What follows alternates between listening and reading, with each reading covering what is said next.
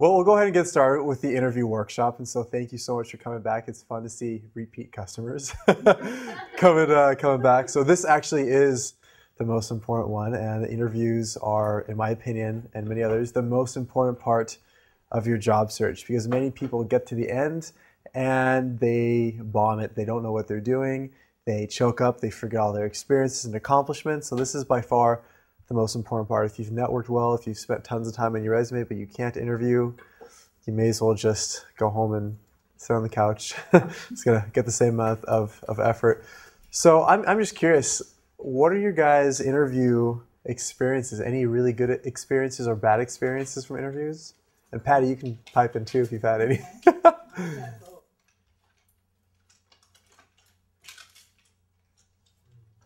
Gabe, you're pondering. Yeah, I'm thinking most of my experiences have been pretty good because I've just been interviewing at little department stores and stuff like that where they're ready to hire you if you own a pie. So. The confidence goes up. Yeah. You feel good going in. Anyone have any interview experiences? I'm sure someone's had a good interview or a bad interview. I've had bad interviews. I was thinking today, I had an interview for an internship when I was in college, and I dressed up really nicely, and I went down there, and I was super nervous. I didn't really answer the questions well, and then they gave me a typing test, and that was the worst part because during the typing test, I thought it was supposed to be timed, and I had so many errors. It was in Microsoft Word, you could just see red all over, and I was freaking out. And the lady stopped me, she said, okay, slow down. And I still made tons of errors, and I knew I could type. And they gave me the job anyway. I think it's because I was friendly and didn't have any other candidates. But so I got lucky. But I don't know, interviews are one of those things. I look back at that, it was just horrible because you're sitting there and you're sweating because you're doing a bad job and you know you're doing a bad job. So hopefully I'll give you guys some tips today that will benefit you for your future interviews. So I'm going to give you a couple takeaways for the end I like to give at the beginning so you can pay attention as you go through. The first thing is if you're not getting work, you probably can't interview unless you're just not networking at all.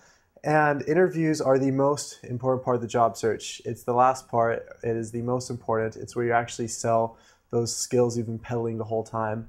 Second, it's a demonstration of your value to the employer. And this is absolutely critical. I'm going to hammer that a bunch.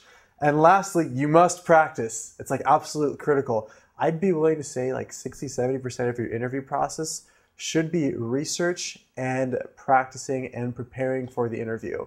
If you're not preparing for the interview, you may as well, you're gonna fail. That's the biggest thing. You don't want to wing an interview. It's not like a speech you did in college when you kind of knew the topic anyway, and you just showed up for 15 minutes with a group and you gave your 5-minute spiel and it was okay and you got a decent grade. You actually have to practice and prepare for it. So keep that in mind as we go through. So what I'm going to cover today is 3 parts: what to do before the interview, what to do during the interview, and what to do after. So we'll start with what to do before. So like I've said, if you fail to prepare, you may as well prepare to fail. Like the old saying goes, that can hold more true for interviews. The first thing you need to do is research. Do as much research before an interview as you possibly can. And we're going to talk a bit about how to do that research and some places to do it.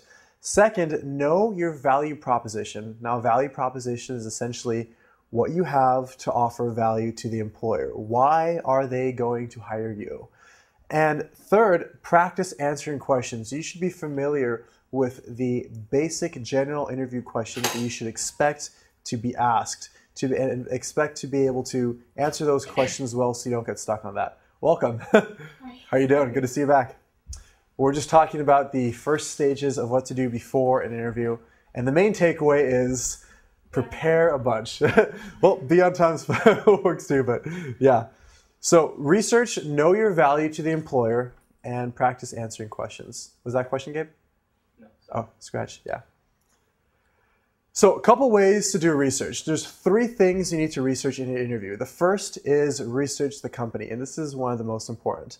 Second, research the interviewer. If you happen to know who is interviewing you, often you may. And third, research the actual job that you will be applying for. So the first easiest place to do your research is the company website. Go to their website, Read every single page. Learn what they do. What's their mission? What's their values? How's their website designed? What does that say about the company? Are they on the cutting edge, or are they super outdated? Do they even have a web designer?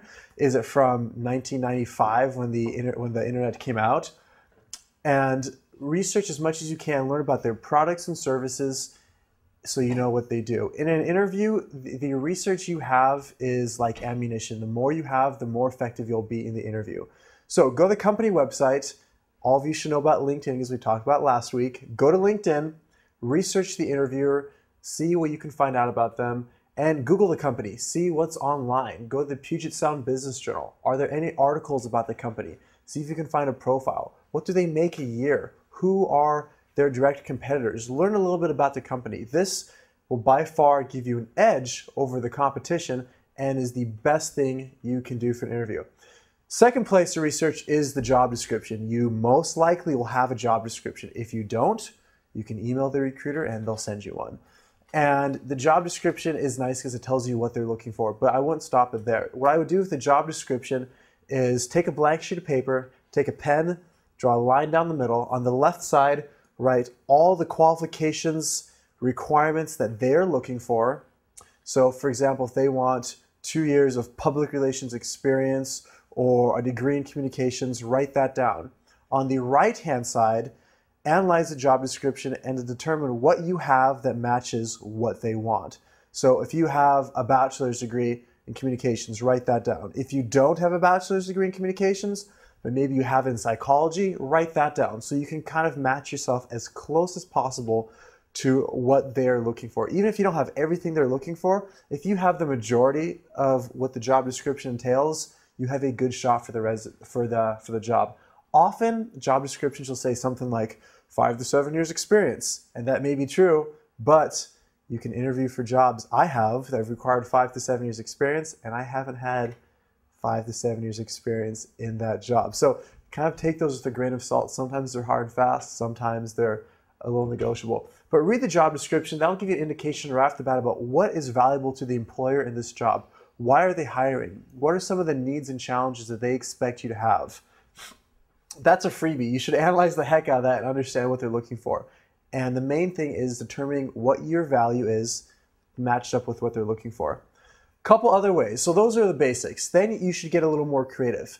Can you identify some of their clients? You should be able to do that if you're doing enough research. Who uses their services? Do you know any vendors who work with them? Can you talk to any of them or talk to someone who works there?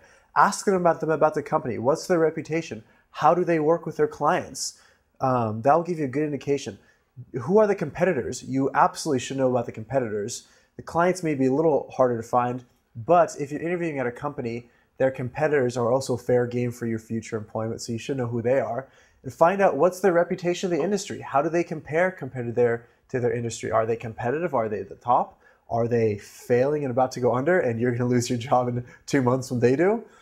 Talk to current and former employees. This, once again, go on LinkedIn, type in your keywords, find someone who works at the company or previously worked at the company and get the ground level, the street level opinion of what it's like to work there. You can go on the website, they'll have their espoused mission and values, what they're about, and the great things that they're gonna do for the world, but they may or may not actually be having those practiced in reality. So who's gonna know better than the people who have worked there? I'll tell you, I had an interview last year where I contacted a girl who used to work at the firm I was interested in. It was a small firm. They had bare bones information other than their website. And so I ended up finding a girl who used to work in the position I was interviewing for. She lived on the East Coast now. I contacted her through LinkedIn and Facebook, talked to her for 30 minutes. She told me exactly what the challenges of the job were, what they would be hiring for, what it was like to work there, how quickly you can expect promotions. I mean, she gave me like the rundown. And that was valuable for me for two things. One, I was able to learn what they're looking for. So I knew their business needs. I knew what they're hiring for. I knew some of the challenges. I knew what made a successful applicant and candidate in that position. Secondly, I was able to determine, based on what I know about myself, that it would be a good fit, and all the things and challenges they said are challenges I know I could do, and I was very confident I would be a good fit for this position based on the job description I had and talking to her. And that, for me, was the most valuable. When I had the actual interview, it was so amazing to me how well prepared I was just by talking to her for those 30 minutes.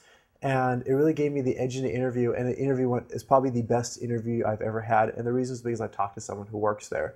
So if you can, talk to someone who works there. It's even if they don't work there currently, that is like your best bet.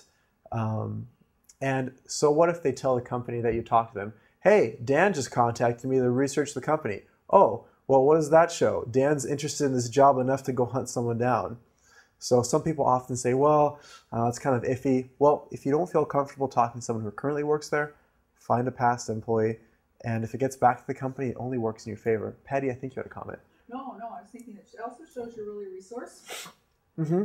Exactly, that's a good point. And so if the way you go about your job search and define them and do your research shows them what type of employee you're going to be. And the interview is really about proving to them that you can do the job and add value to them. So those are just a couple ways. I'm sure you could probably think of a lot more creative ways to find people or talk to them, but do as much research as you can on the company beforehand. Hello. And that's going to be your biggest weapon. Any questions about that? So secondly, I talked about how to research companies. What are employers looking for? Well, every employer has different things, but it really boils down to three components. One, can you help them make money, save money, or make their life easier in some way? And I know some of you are thinking, well, what about church or nonprofit? Well, they're still organizations and they have to run a business. I don't care what they're doing. If it's a nonprofit, they have to make sure they're within their budget, and they're going to hire you to help them out. No one hires you for charity. Even in a volunteer position, they're going to hire you because you have something to contribute or because you're interested in the topic. And so no one is going to hire you to develop your skills or help you become a better worker or advance your career. Forget that. They're hiring you to help them and bring them value. So can you make the money? How have you made money for past employers? These are questions you should ask yourselves. How can you bring in money? Do you understand the industry and their needs and have creative, innovative ways to increase their services? Can you save the money? Have you ever helped streamline something in the organization? Do you do what you do effectively? Are you a hard worker? Is your work going to be faster than someone else's so that you save them time and money because they're on a tight budget, especially these days? Can you make their life easier to help them make or save money? Can you solve problems? How have you solved problems? Do you need a lot of training? Are you going to come in and take 6 months to ramp up? Or are you going to hit the ground running right away and be able to contribute quickly as opposed to having your hand held for up to a year? These are questions they want to know. They also want to know, are you going to be easy to manage and work with? People like to work with people that they like. And often people say, we promote diversity and equal opportunities, and that's true, but when it comes down to it, we'll take a diverse person if we like them because they're going to work well with us. And it's just going to make our lives easier. And subconsciously, they're still thinking that no matter what their website says or what they tell you. So people want to know if you're going to be a good fit, if you're going to make their life easier, and in the end, how are you going to affect the bottom line? So if the main reason this is critical is most people don't understand how their job fits in with the overarching mission of the organization. If you can show them that I understand how my job fits in and can help your company by making your life easier, taking the pressure off you as a manager or your team, you have an advantage because that when everything boils down to is why you have a job. You have a job to help them out. They're not hiring you to provide for your family, get your kids an education, or develop yourself as an individual. They're hiring you to help them out in some way.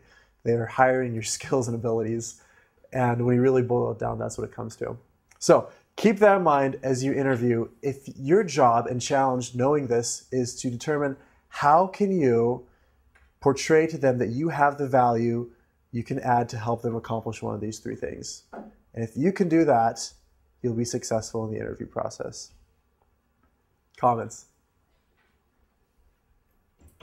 You said one of these three? All of those three. Yeah. If you can understand how you can affect those three, then you're going to be in a good shape. And they're really similar. I mean, making money or saving money is the same as making money because it's more money for them. So, and for managers, that's what they're really concerned about. They have a budget they have to adhere to. So, good comment though. So, adding value. I'm super good at math, not really. So I gave you guys a really complex formula.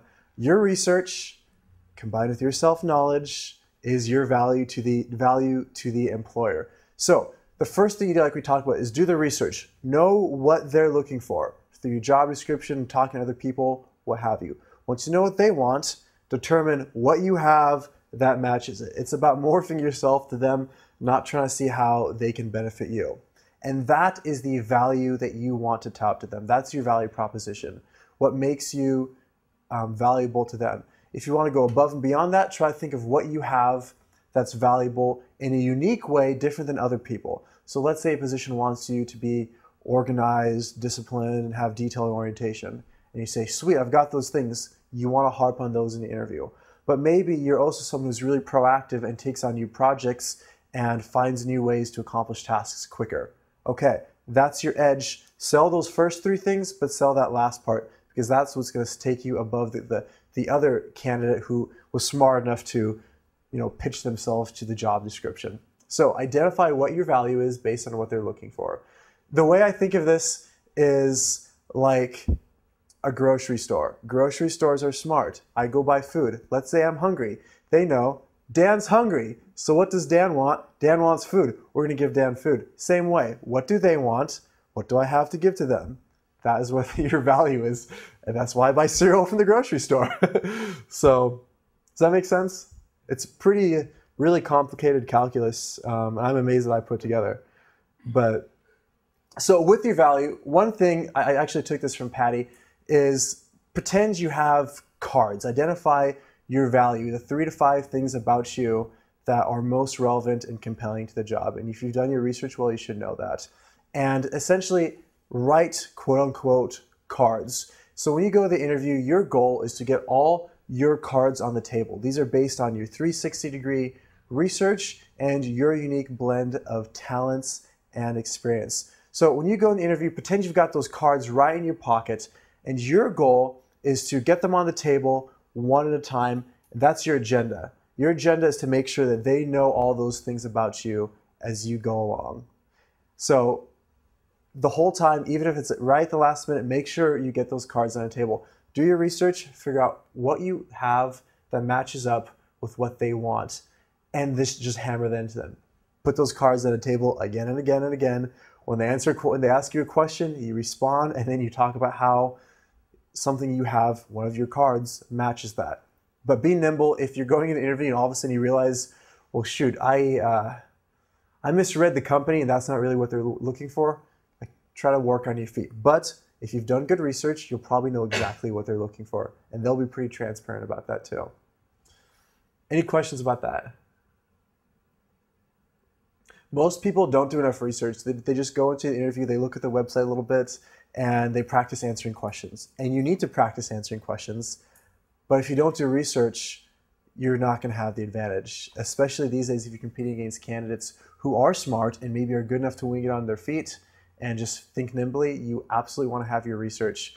So for example, if you were in college, if you do a presentation, you don't just go and do it. You may be able to do it well, but if you practice, you'll be a lot smoother. You can know what you're doing.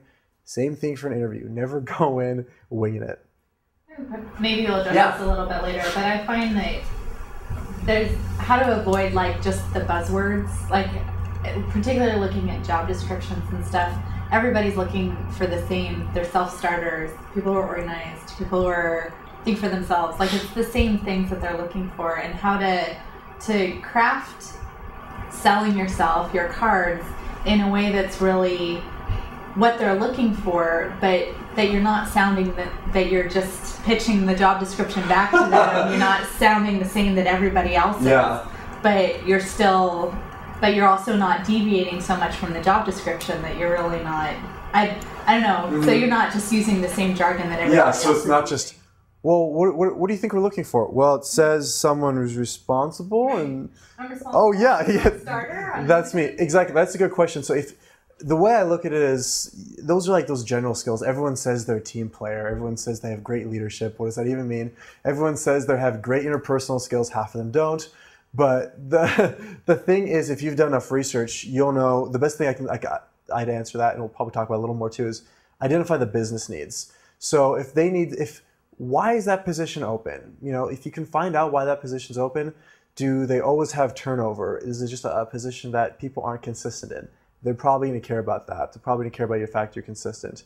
If you know what their business needs are, then you can use the buzzwords with it, but you go a little deeper. So you say, oh, I'm very loyal to a company, I'm very reliable, and then you could actually give examples as opposed to just, I'm reliable, hire me, job description, me, we match up, good deal.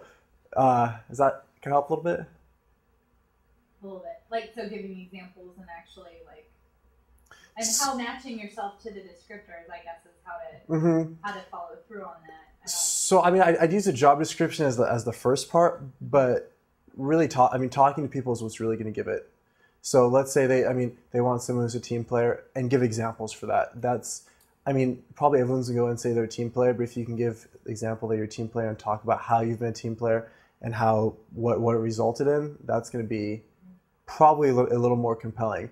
So I'm trying to think of a position, for example, that I interviewed for, and I talked to someone, and they wanted someone who could handle a variety of tasks simultaneously. And so everyone's going to say, oh, I can handle multiple unrelated tasks simultaneously. But what I really learned with them is they had several lines of business, and depending on what the project comes in, you're going to be shifting your workload. So then that made me think, okay, well, that's what I have to pitch it to. I'm not just using the buzzwords. I'm going to give them examples about how I can handle multiple unrelated tasks or set up projects and go with the flow and roll with the punches and still get it done. Patty, you sound No, I think that's a good example. To tell a story, because past experience is a really good predictor of future experience. So if you can tell, and Dan will get into this a little later, on how to tell a really good, compelling story that illustrates that you have those skills, where you talk about a situation, and I don't want to get ahead of it, but there's a really effective way to communicate those skills, because you're right, anyone can say I'm good at multitasking, or I'm really organized, or I'm a self-starter. Yeah, and so you can say you're self-starter, but then back it up with, this is what I've done in my last job, or this is how, and that's good because they're going to want you to use those buzzwords, but then if they see you have substance beneath it, right. Okay. That makes sense. Yeah. It seems like answering with examples instead of just one-worded type of thing. Exactly. That's exactly it. You hit it right in the head. In fact, that's the next slide. So probably many of you have heard of PAR, which is a way to answer interview questions. And many interviews these days are moving towards behavioral interview questions. Behavioral interview questions essentially not just, oh, are you good at customer service? Yes, I'm great. But give me an experience of a time you gave great customer service. And there's a couple of reasons for this. The main thing is it's actually been found that if you ask candidates behavioral questions consistently, it's better defendable in court if you try to sue them, and it's more predictive of a good candidate for the job. So more and more companies are asking behavioral questions, and it's good to ask them because they're harder questions and they get more to the meat of what the person's about. The way to combat that and to actually be able to express yourself in that situation is using there's a variety of acronyms, but one of them is PAR, problem, action, result. So like you're saying, Jamie, speaking in examples. And so maybe someone says to you, tell me of a time when you handle a difficult client.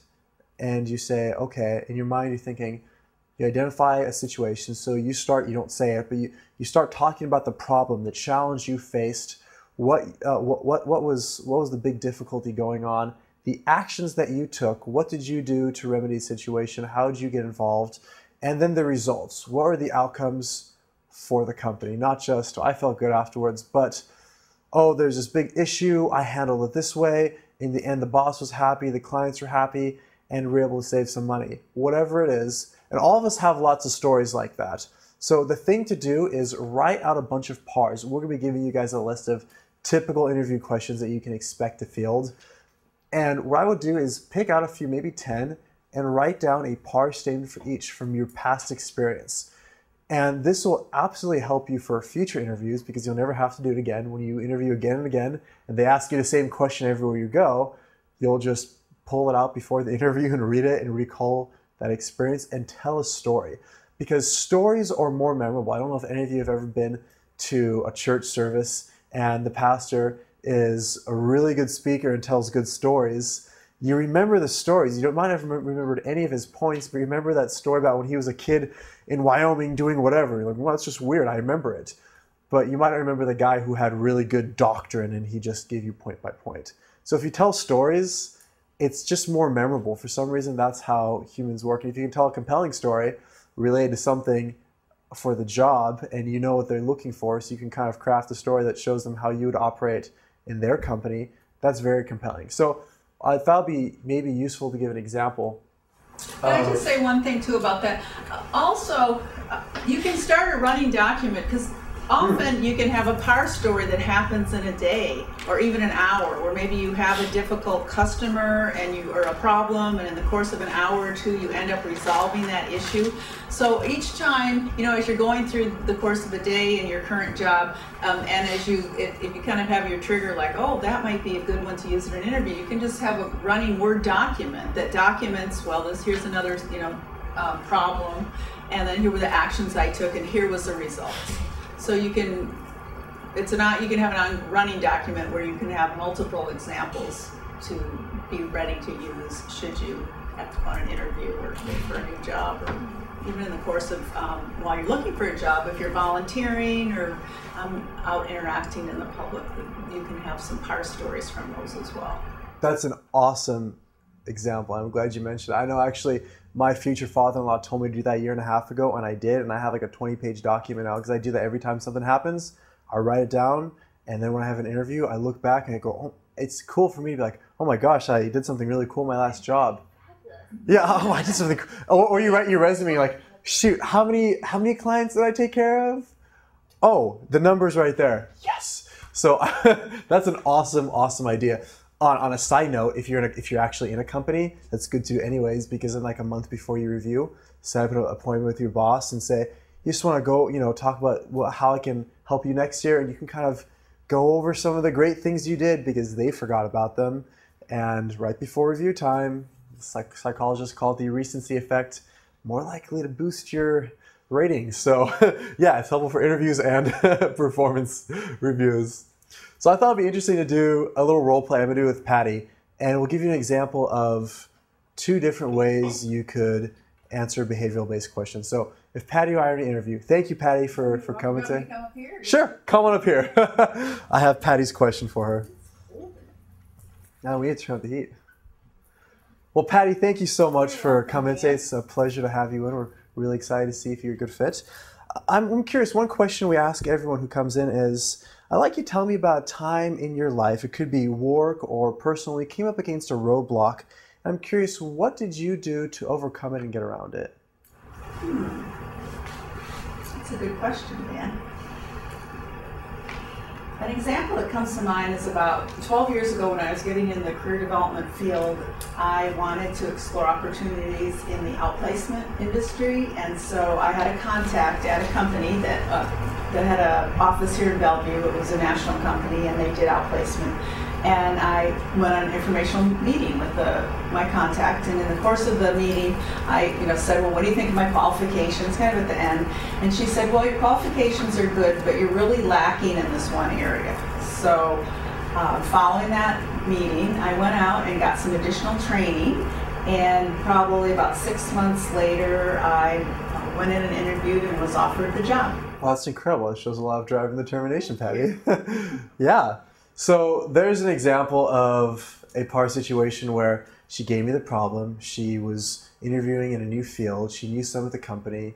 She went in, she told me about the actions she took when she found out that she had a gap in her skills. She went and remedied that gap, filled it, and then came back and actually got the job. So as an employer, I'm thinking, wow, Patty's tenacious and she has goals and she makes sure she gets them. If she doesn't succeed the first time, she's going to go back and do it. So we'll try again. I'll ask Patty to do the question, and we'll see how she responds in a non-par format. Oh no, so that was my. Oh, that was your non-par. My non-par. Oh, I want to hear the good one now. I'm going to do this too long. Okay. So Patty, tell me about time. She's good for a bad interviewer. Dang career counselor. Patty, tell me about time in your life when you came up against a roadblock, and What did you do to overcome that and get around it? Okay, about 12 years ago, when I was getting in the career development field, I wanted to get into the outplacement field, and I had a contact at an outplacement company, and I set up an informational meeting, and in the course of the meeting I said, you know, how do my qualifications look for working for your company? And she said, well, your qualifications look fine, but you're really lacking in a background doing training, facilitating work, and presenting workshops to outplacement clients that we have. So after that meeting, I went and did some research and identified a 5-day training program called Dependable Strengths at the University of Washington, and I paid the money and enrolled in the 5 days. And at the end of the 5 days, I got a certification where I was qualified to go out and actually present workshops.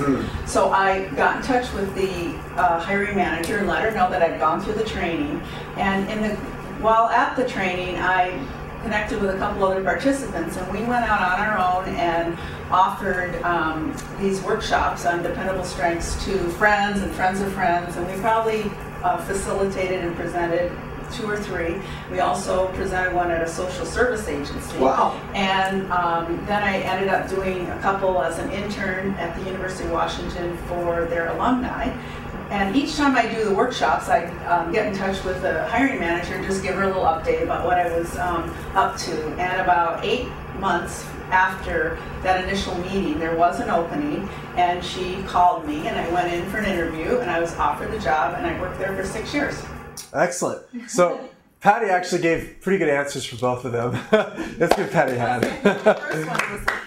But you can see the second one, she obviously gave a lot more detail. She told about the specific training she did and how she went and actually offered. I didn't know that story, so that's actually really cool, Patty. So what we're going to do, Patty's going to pass out a list of potential questions, and I want you guys to practice doing your own PAR. So what I want you guys to do is take 10 minutes, pick a question that you think you've been asked, or maybe you've even had trouble with an interview in the past, and write out a PAR. Write in detail as much as you can the problem situation from your past experiences, the actions you took, and the results that came with it. So what we're going to do is write one of those, and in 10 minutes we're going to get back together and partner up and practice with each other and give each other feedback on it, because I want you guys to actually see how this is done and give each other feedback. So if you're one of those people who writes really quickly and you get done in 5 minutes, write 2. You're going to keep it for your interviews in the future anyway. So any questions about that before we start this? Gabe's ready with his paper. Go. All right. Well, let's pull back together. Hopefully it was good for you to practice actually speaking to each other and practicing your PARs. Obviously, you just wrote them. It's not supernatural. One of the best things to prepare for an interview, which I highly encourage you to do, is do a mock interview.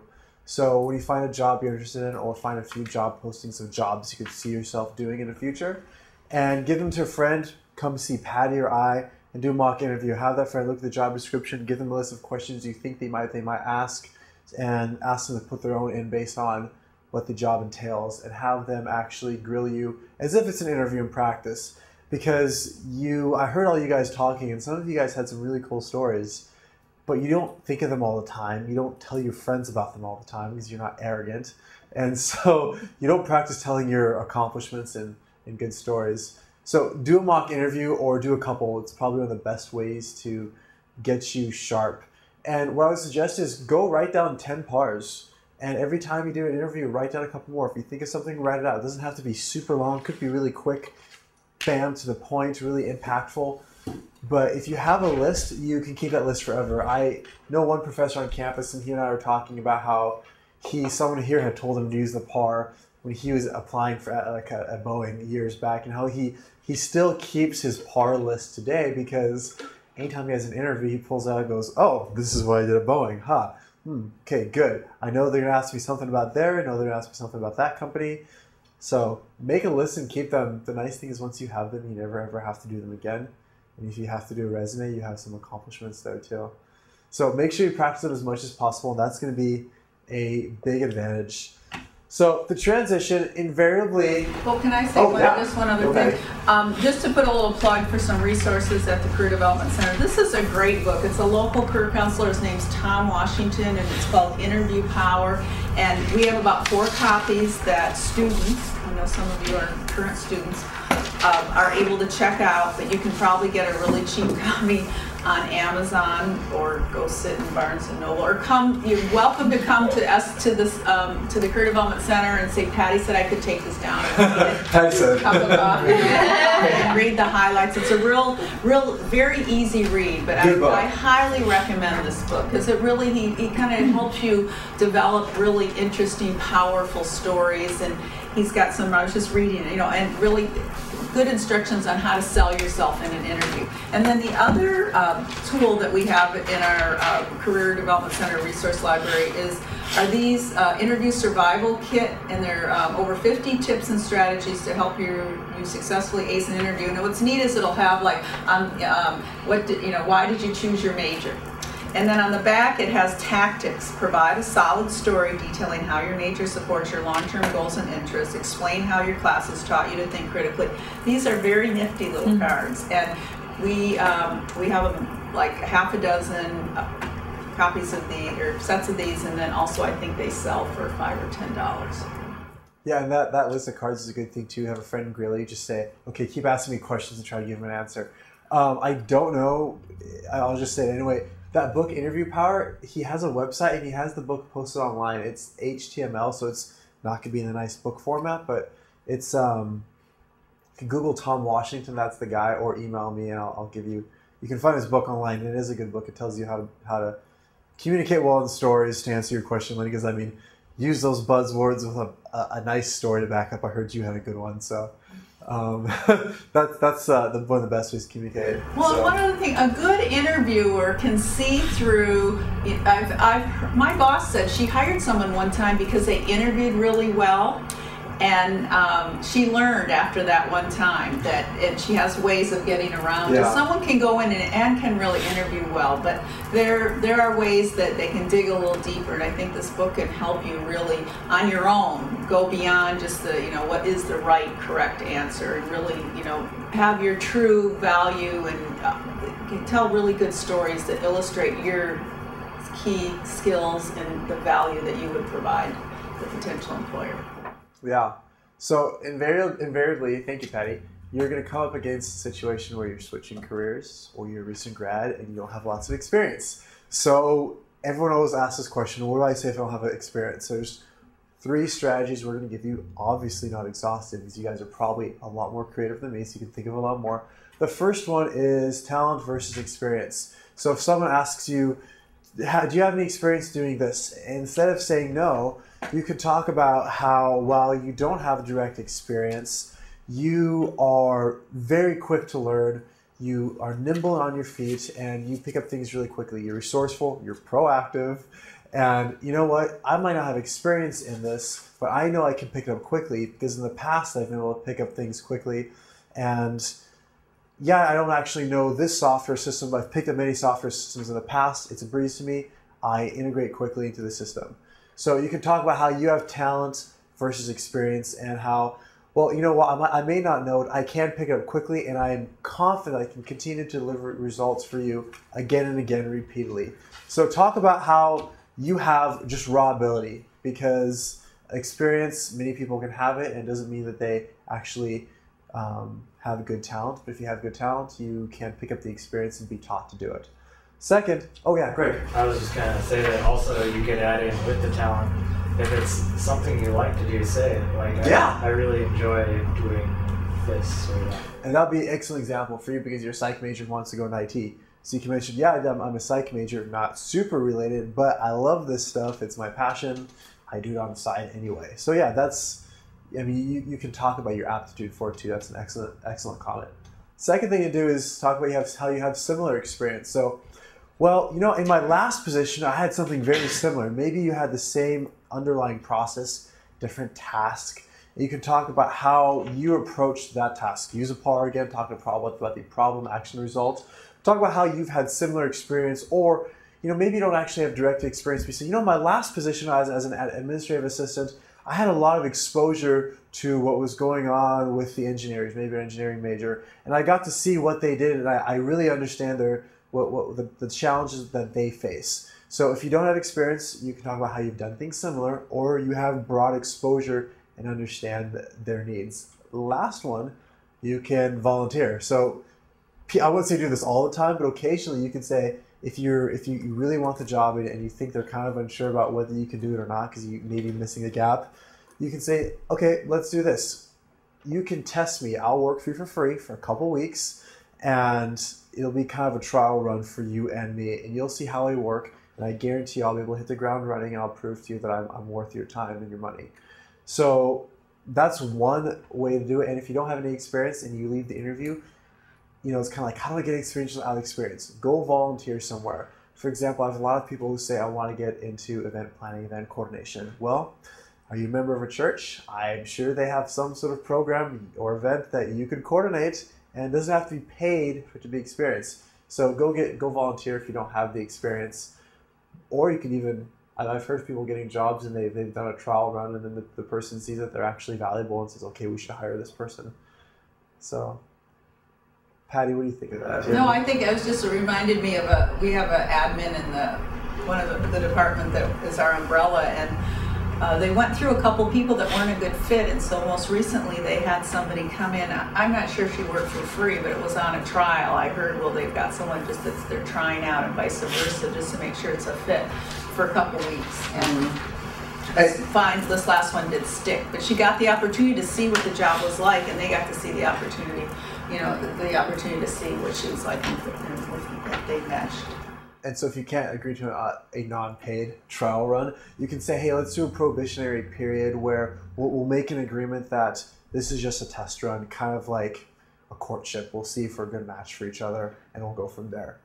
So, yeah, I keep you. By the way, dating and job searching, the similarities are really eerie. So I'll mention that again later, but. So those are a couple strategies you can use to get around the I have no experience in this field, how do I get some? One question, if that's all right, on the trial run. I was under the impression that was a little bit legally sticky and that sort of thing. Depends on the company. Okay. So you can check with them. I was thinking that too, which is why I think this situation I talked about SPU, she was paid. So yeah, it could. Yeah, so I'm not sure about the volunteer, but I do know often companies do like a probationary period where they test you. Come again? Temps. Just like temps, yeah. So it's like, okay, we're going to try you for 90 days or a year, and if you work well, we'll hire you. And actually, temp work's a great way to get on at companies because you get on, you show them you're good, and they hire you. Was that a question? No. Oh. No worries. Good question though. So yeah, the volunteer part may not be, if you're going for an internship, you can usually volunteer for free. But for a job, there might be something, but you can usually do a probationary period where you still get paid, but they're under no obligation if they decide to let you go for no reason after X amount of time. So yeah, good comment. I should check into that though. To move on, asking questions. This is, I think, one of the most important parts of the actual interview process. So let's say you've gone through the questions. Most interviews will probably be approximately an hour, and they'll ask you questions for about 40 minutes. At the end, they'll give you about 10 to 20 minutes, usually about 15, and they'll say, do you have any questions for us? The worst thing you can say is no, because supposedly you've done a lot of research. We already talked about that. If you've done a lot of research, even if you've done a ton of research, you talk to every single former employee, which you probably can't do, you're going to have some questions. And if you've done good research, you should have even more questions. So by saying no, it's communicating to the employer that you really don't care about the job too much. Otherwise, you want to know, there's something you want to know about it. You want to know how the people are. You want to know what the hours are. You want to know what my office is going to look like. You have some sort of question. So always have at least 3 questions. And Patty, could you pass out there's a list with questions to ask in an interview, and I guarantee you all these ones will work. There is no behavioral or non-behavioral here. But asking questions is one of the best things you can do because it shows that you've done your research. So you should ask questions that are based on your research to set you up for success. So instead of asking questions like, gee, what are your benefit packages like? Which, by the way, you should never ask. Never ask questions about yourself. Never ask about their salary, the benefits, the days off, work-life balance. Don't ask those questions. The closest you can ask is what's the culture like here. You ask all those questions once they give you an offer. How many of you have a friend who just likes to talk about themselves all day? Everyone has one. We all know someone. If you have one of those friends, pretend that's who's interviewing you, and it's all about them. The interview is all about the employer. You're there to help them make money, not you. You're there to help them succeed, not you. So ask them questions about how you can help them out, not about what you can get for yourself. So that's a caveat. But always ask good questions. So a couple of questions I gave in there as examples. One of them would be, like, what's the reason for this position opening up? If they tell you, well, people can't stick with this job, we have high turnover, it's really stressful, and let's say you still think you can do the job and you want it, you can talk about, you know what, that's your opportunity to say, oh, okay, great. Some people will leave it at that, but you can take it a step further and say, well, that's interesting you say that, because the last few jobs I've had to work under extreme pressures, and I've really thrived in a fast-paced environment. So I think I'd be a really good fit for this and actually be able to help you out. So the way I look at it is, ever played t-ball? Take the ball, put it on the tee, and you smack a home run. You don't have to do anything. Even I can hit a home run, and I suck at baseball. So you ask them a good question. One, it shows you've done your research and it impresses them. But then you set it for just their response is a t-ball to home run for you. So questions such as, what are the biggest challenges that someone would face in this role? And then they'll tell you. And then it gives you an opportunity to put your cards back on the table and tell them how you can meet their needs. Other good questions would be something like, so what would it take for me in this position for you to look back in 6 months and say you made a great hire? Well, they're already just going to tell you there what a good candidate looks like and what your expectations are. What's the first 90 days look like? What's the first 30 days look like? What are the major things you want to accomplish in this position? What are the challenges I will need to accomplish? Are there any barriers or other things I don't know of? What you're doing at this point is showing that you're interested in the ground level, what matters to them, the business needs. You're curious about how you can help them, not just going in there and doing a job. And if you ask good questions, this can be where you really shine in the interview. Maybe you've done pretty well at this point. You just like knock it out of the park, and so you end well. So I'd ask a question and always give a response and talk about how you're hopefully prepared, you know about yourself, you know your cards you all put on the table, and show them how you can add value to them right away. And you're just essentially leading them to a good question. Plus, maybe you're curious, what is success? What does success look like in this position? What will I have to do? So you learn about that. It also shows them that you've researched, you ask good questions. Oh, and if you ask good questions, that's how you're going to act as an employee. You're going to ask the specifics. You're going to find out what's needed, and you're not just winging it. So always ask questions. Ask at least 3 based on your research, and set yourself up for a home run. Take this list with you. You can use some of these questions in any interview, but the best thing is based on what you know of the job and the company. Questions? Yes. Is it always a bad thing to ask a question you already know the answer to? Give me an example. Is this something like they gave you the answer to earlier? I guess I'm thinking if I found a company and was able to get in contact with somebody who worked there, in fact, small company, the guy who had the job 6 months ago, and would I still ask, what kind of has caused this position to become open, or what problems have you had with people who've had this job before? A question like that I'd ask, because let's say the guy who left and talked to you said, I left because it's really bad, the company, and they treat their people like dirt. And the employer tells you, well, it's just been a really tough economy, and that's why people have left. We usually keep people, and well, actually, you know that they kept going. Well, then you can gauge the employer's integrity, see if it's something you want to work for. But if you already know the answer, ask them anyway. Set yourself up for success, and you'd be curious to know what their answer is. I mean, maybe they have a different answer than what you've been given. So I would definitely ask that question. I had something else to say with that, and I totally forgot. But that's a good question, Gabe. Yeah, if you have information about the company, feel free to ask. Or that's what I was saying. You can even frame it such as, you know, from what I understand about this position, I gather that this might be a challenge for you guys. Is that true? So you can phrase it like that as opposed to, is this a challenge? And then he's thinking, okay, Gabe already knows it's a challenge. Yes, Gabe, that is a challenge, and he'll go into it more, and then you can tee up again. So keep playing home run derby. Does that answer that question though? Yeah. But I'll definitely, I mean, if nothing else, gonna give me free question for you. Other questions about that?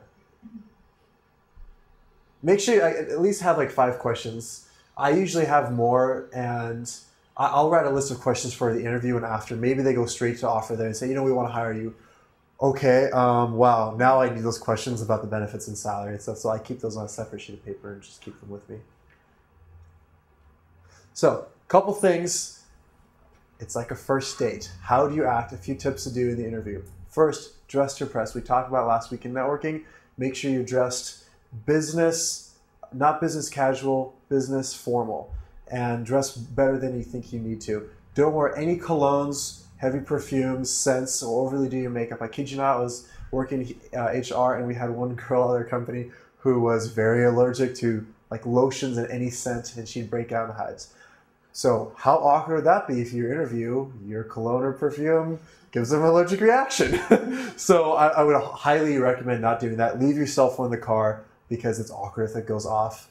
Brush your teeth, chew some gum before. Seriously, I mean, you're gonna be talking to these people up close.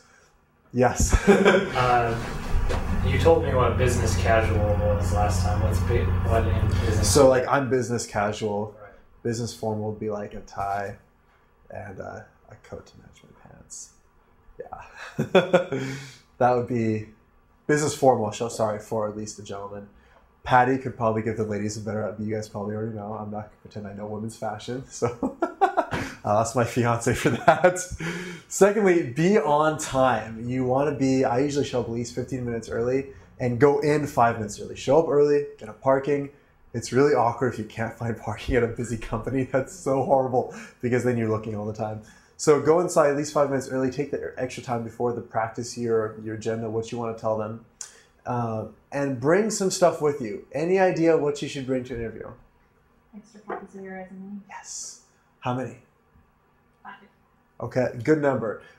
Bring, if you're going to meet with one person, actually 5 is just a good number in general, but bring enough that, well, what's that right there?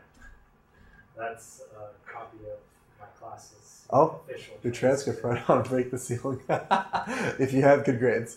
Yeah, no, bring several copies of your resume so you have at least one for yourself so they don't ask you a question like, so, what did you do at this job? Oh, boy, that was 5 years ago. I don't even know. Can I see the resume? That's awkward. So, yeah, bring several copies of your resume. Bring your business cards. I usually bring this guy with me, a little portfolio, so I have my questions and my resume and all that jazz in there. Yeah. I was just wondering, can you have, I've always wanted to, but have your like resume out or even questions that you wanted to, like I always try to memorize everything, but do you think it would be inappropriate to like... To bring them back to questions? I really want to. Unquestionably, bring your, I'm glad you asked that, JV, because I would never... I always remember like, oh, I forget right away, so if I didn't bring a list, I just wouldn't ask, I'd ask really dumb questions. Yeah, I always bring a list, because it just shows you're prepared and they're okay with that. You say, hey, I've got a few questions, you mind if I... And then they'll say, you have any questions? Yeah, 1 second, you'll pull them out. Do you think it's appropriate to have like your resume and like side notes? Could you do that? On your resume? Or have a resume and then maybe have some side notes for yourself. So are you saying like next to your last job you have a little side note of things you want to talk to them about? Well, yeah, or points that maybe like what we're just talking about, maybe experience, and I'll have like a couple of keywords that kind of remind me maybe. You know, maybe don't put that on the resume because then it looks like you're like someone marked it up. But you know, with that, bring that list, your list of questions with you, and like I'll sit down in the meeting and I'll just open the sucker up and I'll have a piece of paper right here and then I'll have my sheet to take notes. And so keep your questions right there with your prompts. I found write them handwritten because if it's upside down, you know, people try to write upside down, they can't read your writing upside down. That's for sure. So just make a few prompts for yourself upside down. And that's totally fine. It just looks like you thought of an extra question at the last minute or something. Okay. So I would do that. And I'm a big note taker. Yeah. And so I'll say in an interview sometimes is I'll bring my portfolio just like Dan, and I'll just say, is it okay if I take a few notes? That's, that is how I process things in my old age. So, and I also will have my list of questions there because I'm the same way. I want to have those, I've spent time coming up with good questions, and I don't want to take the risk of forgetting. And no one's ever said, I don't think anyone's ever held it against me that I had my questions down there, took a few notes here and there. Just for you might want to jog something down that would be a good question at the end of the interview. And the same, even for last week we talked about informational interviewing, I'd bring a list then too, because if nothing else, I've had people say, oh, I really appreciate you brought a list that shows you're organized. Even if I know them in my head, I'll still bring the list.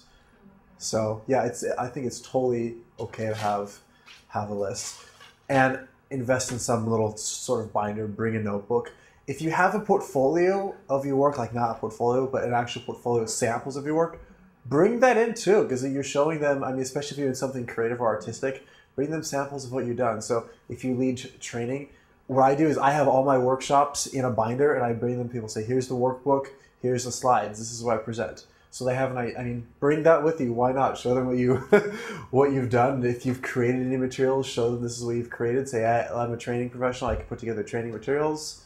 So I script writer. Bring your script with you if you have any written. So feel free to bring a portfolio. I know, Patty, you said you brought one when you interviewed here, and it just shows tangible bits of your work. So bring those stuff and have a conversation in the interview. Often people just get grilled, and you got to remember you're interviewing them as much as they're interviewing you, because you're giving them skills. You don't owe them anything. So have a conversation. Ask them questions as they go along. You can ask them, was that the type of information you're looking for after a question, or do you want more information about that? Ask them questions as you go along. Feel free to pepper a few questions that they may ask you questions. Say, oh, could you give me an example? Or what's that like here? Make it a dialogue so you don't get grilled. It'll make it a lot easier on you. And I find if I go in for a conversation, I'm a lot less nervous. Often people won't even call it an interview. They'll call it a meeting, and it's an interview. So just go in for a meeting and have a conversation. Make a new friend. Find any way you can build rapport. If you see something about Hawaii on their desk, make some conversation about, oh, I've been there, yada, yada. Ironically, research has shown, and common sense would bear witness to, that if you build good rapport with people, a recruiter is more likely to view you favorably, and you'll have a better outcome in your interview. And it just makes common sense, but do that. Next, be enthusiastic and extroverted. It's amazing. There's actually been tons of scientific research on interviews. One of the things they found is a good predictor is extroverted behavior traits. Now, some of you may be saying, I'm not really an extrovert. This is kind of going to be a bummer. Well, guess what the good news is?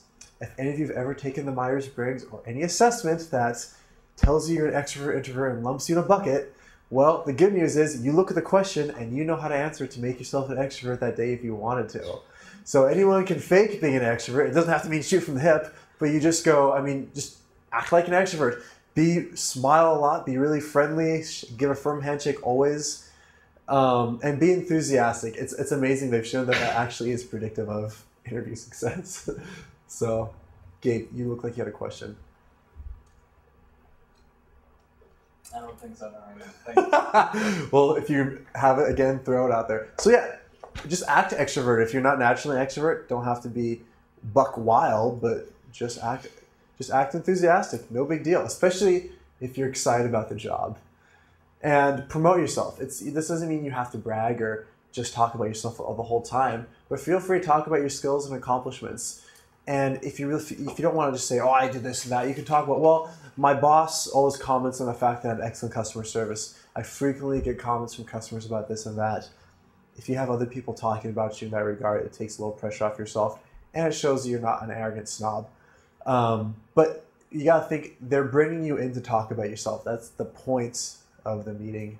So feel free to promote yourself. Use body language, make eye contact the entire time. Never take your gaze off them unless it's for a quick second, because people view it as dishonest for some reason. And research has shown that if you have eye contact the whole time and you lean forward, have a good handshake, and smile often, you're more likely to have a favorable interview. I kid you not, they've done tons of research on this. Be honest, never inflate. If you were working in a group, don't say you saved the company. Talk about how you're on a task force or on a group, and talk about your role in the group and the way you impacted that result. But don't make it sound like you did the entire thing. If it's in your industry, they maybe know people who, or they could find out about it. It'll somehow come back to you, and then it's going to be really awkward when you don't get the job because you just kind of lied a little bit. It's all about the company. Everything is about how you can help them make money and save money. We've hammered that a bunch, but it's all about what you can do for them. Next, be clear, concise, and relevant. I can't tell you how many people ramble, and they'll go off and say, well, you know, I'm really good at training, and one time I brought in brownies to help training, and, you know, it was a really big hit. And my mom makes great brownies. She got the recipe from my grandma and grandpa, and they came from Ireland. I don't care. Maybe it was cool you brought the brownies in and brought a treat to people, but stop it there. Be clear and be concise and relevant. Don't go, tell a story, but don't add details that aren't necessary, and make it relevant to the job. Often people, they feel anxious and nervous, and so they fill space by talking about random stuff. And don't do that. Lastly, be positive. This is very critical in interviews and your entire job search process.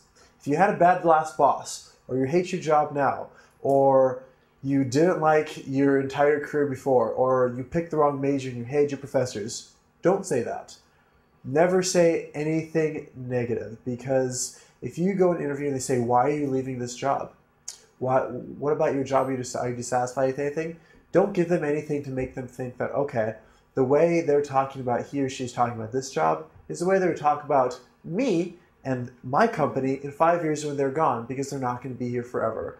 So always be positive. If you were laid off, don't act bitter because you were laid off. Talk about how, you know, the company was running out of money, they had to reorganize, and they had to cut half the department, and a lot of people were laid off. Make it as impersonal as you possibly can, so that shows that, you know, I completely understand it was really a big disappointment, but if I was a manager, I'd understand I'd probably have to make the same decision, and just because of the situation they're in. So in that case, it shows them that you're optimistic, you're not out there to defame anyone, and you're not going to defame them when you leave. So those are some tips on how to act. Treat it like a first date. Put your best foot forward. One question, yes. Sorry, on having a conversation. I know just normal interpersonal interaction, clarifying questions, active listening, that's a big deal. Oh yeah. Do you want to, even just once or twice in an interview, do you want to rephrase a question and see if you're understanding it right before you answer it, or do you just plunge in? If you're confused, I would only ask that for a couple of reasons. One, if they were really unclear and you actually need it, or if it's a darn good question and you're trying to think of the answer. So if they asked you something like, what was your most memorable moment in your college career? You're like, crap, I don't think of that ever. And you say, wow, you can rephrase, say, wow, that's a really good question. So the most memorable moment in my college career, and it buys you a little bit of time to think. So use it to buy time, or if they were just really unclear. That'll probably happen more often with hiring managers, depending on what field you're in. The recruiters are usually trained and they're hired to be interpersonal, so you may have a hiring manager who's not as interpersonal. So feel free to use that only if you need to. Buy some time. Good question though, Gabe. You're shooting good ones on me today. All you guys are. So we're going to close up soon because it's 8 o'clock right now. Last thing I want to say, close strongly. Make sure you leave all your cards on the table. At the end, often people will say, is there anything else we should know? And make that your opportunity to say, well, based on what I've learned so far and this, and this, I think it'd be a great position. Let them know you love this job. Just like a spouse or significant other, they want to hear I love you. Tell them you love the job. Be enthusiastic, because they want to hire people who have 110% enthusiasm. I was talking to someone recently, and they're talking about how recruiters across the board agree with this. They don't want to hire people who are so-so. Be enthusiastic about the job. Let them know you love it. Even let them know, you know, this is a job. I would love to do this job. Let them know that. If the opportunity arose and you guys offer me this job, I would be really excited to consider an offer.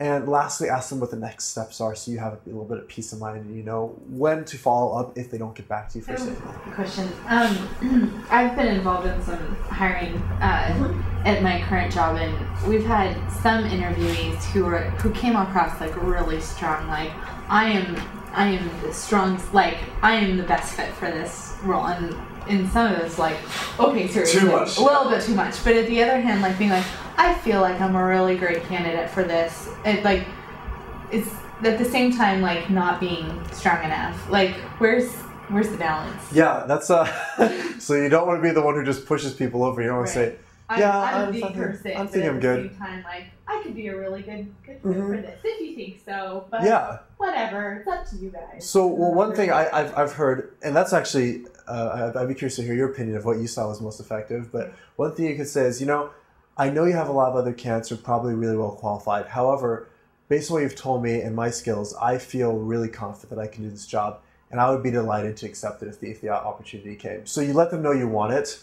It's firm enough where you say, I'm committed to it, but you're not like going out there and just throwing yourself at their feet. What from what interviews you've had and been involved in, what do you think has been resonated most with you? I think people who seem really sure in their own skills, because I guess that's more like it's more they, as long as they're selling themselves and they're certain in their own skills, that's what we can go off of. It's more when they're telling us what to think in terms of, you need to hire me. Right, exactly. Your company's good. that I can be best for you and what you need, I can fill that role. Isn't that was more what was really off-putting. Was the really you know what we need was kind of what was off. But just being more secure in their role was. Those were more the candidates that we were leaning towards. So being confident, but not being confident in their own skills versus being confident in the job. I guess this is so like dating. Like seriously, yeah, really, it totally is. Person, but a woman wants someone who's very sure of themselves. Exactly. Exactly. Same It's just like dating. So it makes you beg the question: if you're good at interviewing, can you be good at anyhow? But seriously. So I mean, then be enthusiastic. I guess it'd be like. Yeah, like be enthusiastic, but genuine too. So if you're not the type of person who's super energetic, be energetic, but don't be to the point where I guess it's like faker in your face, because that's like the salesman at the store who keeps trying to sell you something you don't want, and you're like, all right, come on. So that's the last thing to close strongly. And then lastly, I won't go into this too much, but do your follow up. Send them a thank you card and email, outlining some of the things they talked about and how you think you'd be a good fit for them.